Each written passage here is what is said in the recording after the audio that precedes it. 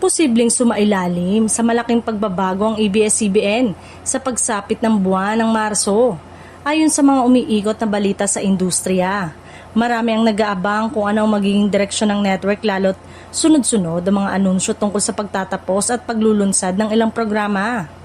Isa sa pinakamalaking kaganapan ay ang nalalapit na pagwawakas ng FPJ Batang Quiapo na matagal ding namayagpag sa primetime. Dahil dito, usap-usapan ngayon kung anong programa ang papalit sa time slot nito at kung ito ba ay panibagong seryo o pagbabalik ng isang kilalang format.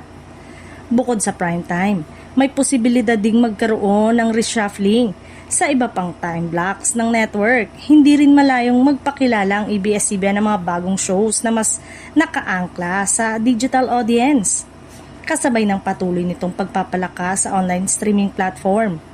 May mga espekulasyon ding maaaring may internal adjustments o restructuring na magaganap upang mas mapalakas ang operasyon ng kumpanya.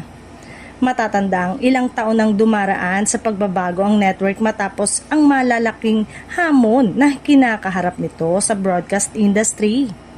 Sa kabila ng mga pagbabagong ito, nananatiling matatag ang suporta ng kapamilya viewers. Patuloy ang kanilang pagtangkilik sa mga programa ng ABS-CBN, mapa-television man o online. Bagay na nagbibigay lakas sa network upang magpatuloy at mag-innovate. Sa ngayon, hinihintay pa ang opisyal na anunsyo mula sa ABS-CBN para sa kumpletong detalye ng mga pagbabagong magaganap sa Marso.